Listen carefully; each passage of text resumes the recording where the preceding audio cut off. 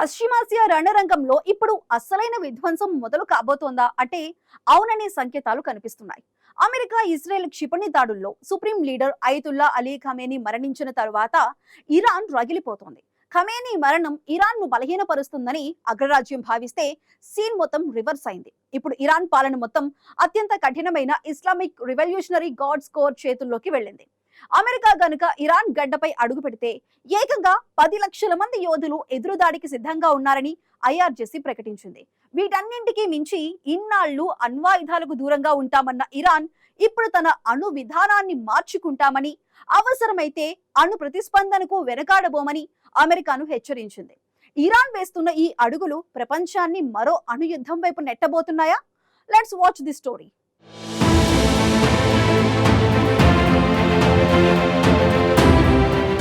అమెరికాతో పెరుగుతున్న ఉద్రిక్తతల మధ్య ఇరాన్లో పరిస్థితులు వేగంగా మారుతున్నాయి. గత కొద్ది రోజులుగా జరుగుతున్న పరిణామాలను బట్టి చూస్తుంటే ఇది సాధారణ సైనిక సిద్ధత కాదని, పూర్తిస్థాయి యుద్ధానికి ముందస్తు సమీకరణ జరుగుతోందనే సంకేతాలు స్పష్టంగా కనిపిస్తున్నాయి.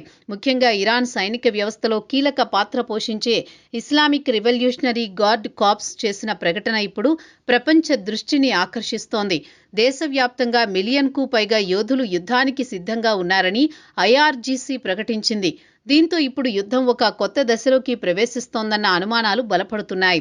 అయితే ఇది కేవలం సంఖ్య మాత్రమే కాదని, ఇరాన్ దేశం మొత్తం ఒకే లక్ష్యంతో యుద్ధానికి సిద్ధమవుతోందన్న సంకేతమని విశ్లేషకులు చెబుతున్నారు. ఇరాన్లో ప్రస్తుతం జరుగుతున్న సైనిక సమీకరణాల్లో 3 ప్రధాన బలగాలు ప్రధాన పాత్ర పోషిస్తున్నాయి.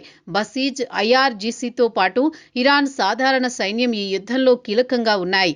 ఈ 3 కలిపి దేశవ్యాప్తంగా భారీ స్థాయిలో రిక్రూట్మెంట్ డ్రైవ్లు నిర్వహిస్తున్నాయి. ముఖ్యంగా యువత పెద్ద సంఖ్యలో ఈ శిబిరాల్లో చేరుతున్నారని ఇరాన్ ప్రభుత్వ అనుబంధ మీడియా తస్నీమ్ న్యూస్ ఏజెన్సీ తెలిపింది.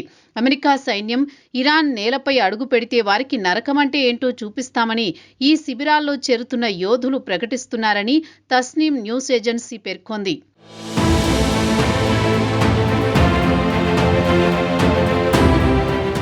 అయితే ఇది కేవలం రక్షణాత్మక సిద్ధత మాత్రమే కాదని, ఒకవేళ అమెరికా భూతల దాడికి దిగితే దానికి ప్రతిస్పందించేందుకు ఇరాన్ పూర్తిగా సిద్ధంగా ఉందన్న సంకేతమని విశ్లేషకులు చెబుతున్నారు.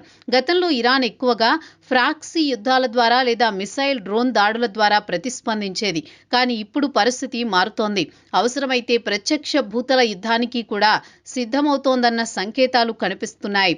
ఇదే సమయంలో అమెరికా సైన్యం కూడా పశ్చిమాసియాలో ఉన్న తన ఉనికిని పెంచుతున్న యుద్ధంలో ఈ సమీకరణం మరింత ప్రాముఖ్యత సంతరించుకుంది.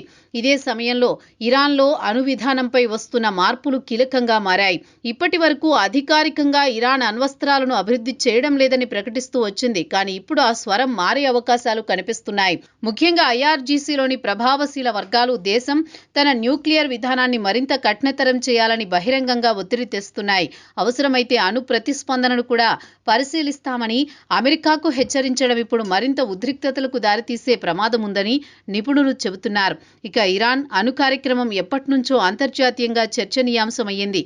అయితే ఇప్పటి వరకు ఇది రాజకీయ దౌత్యాంశంగా ఉండేది. ఇప్పుడు అది నేరుగా సైనిక వ్యూహాల్లోకి ప్రవేశించే అవకాశాలు కనిపిస్తున్నాయి. ఇరాన్లోని రాజకీయ, సైనిక వర్గాల్లో అణ్వస్త్రాల దిశగా వెళ్లాలా అనే చర్చ ఇప్పటి వరకు ఎప్పుడూ లేనంతగా బలంగా వినిపిస్తోంది. దీంతో ఇది కేవలం ఒక హెచ్చరిక స్థాయిలో కాకుండా పాలసీ మార్పుకు దారితీసే దశలోకి వెళ్లిందని విశ్లేషకులు అభిప్రాయపడుతున్నారు.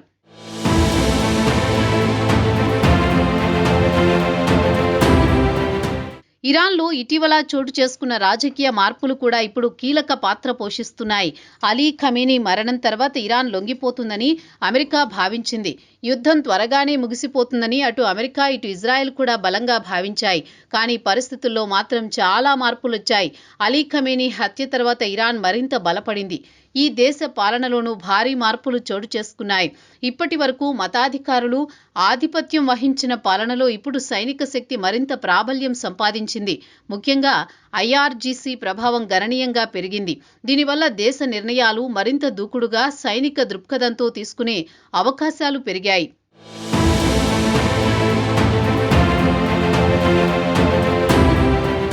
ఇదే సమయంలో అమెరికా ఇరాన్పై భూతల దాడికి సిద్ధమవుతోందన్న నివేదికలు వెలువడుతున్నాయి. ఇవి అధికారికంగా ధృవీకరించబడకపోయినా ఇరాన్ వాటిని చాలా సీరియస్గా తీసుకుంటోంది. అందుకే దేశవ్యాప్తంగా యోధులను సమీకరించడం, రక్షణ వ్యవస్థలను బలపరచడం, అణు విధానంపై కఠిన నిర్ణయాలకు సిద్ధమవడం వంటి చర్యలు తీసుకుంటోంది. దీంతో ఇరాన్ కేవలం ఒక యుద్ధానికి కాకుండా దీర్ఘకాలిక ఘర్షణకు సిద్ధమవుతోందన్న సంకేతాలు వెలువడుతున్నాయి. ప్రస్తుతం పశ్చిమాసియాలో ఒకవైపు భారీ స్థాయిలో సైనిక సమీకరణ, మరోవైపు అణు విధానంలో మార్పుల సంకేతాలను చూస్తుంటే ఇది కేవలం ప్రాంతీయ యుద్ధం కాదనే విషయం స్పష్టమవుతోంది. ఒకవేళ ఈ పరిస్థితి అదుపు తప్పితే అది గ్లోబల్ స్థాయిలో ప్రభావం చూపే ప్రమాదం ఉంది. ముఖ్యంగా ఇరాన్ అణ్వస్త్రాల అంశాన్ని వెలుగులోకి తీసుకురావడంతో ఇప్పుడు ప్రపంచ దేశాలు ఆందోళన వ్యక్తం చేస్తున్నాయి. మొత్తానికి పశ్చిమాసియా యుద్ధం ఇప్పుడు అత్యంత ప్రమాదకరమైన దశకు చేరుకుంది. 10 లక్షల సైన్యం అణు హెచ్చరికలతో ఇరాన్ తన పంతాన్ని చాటుతోంది. అమెరికా తన భూతల దాడుల నిర్ణయంపై వెనక్కి తగ్గుతుందా, లేక ఈ ఘర్షణ అణుయుద్ధానికి దారితీస్తుందా అన్నది రాబోయే కొద్ది రోజుల్లో తేలిపోనుంది.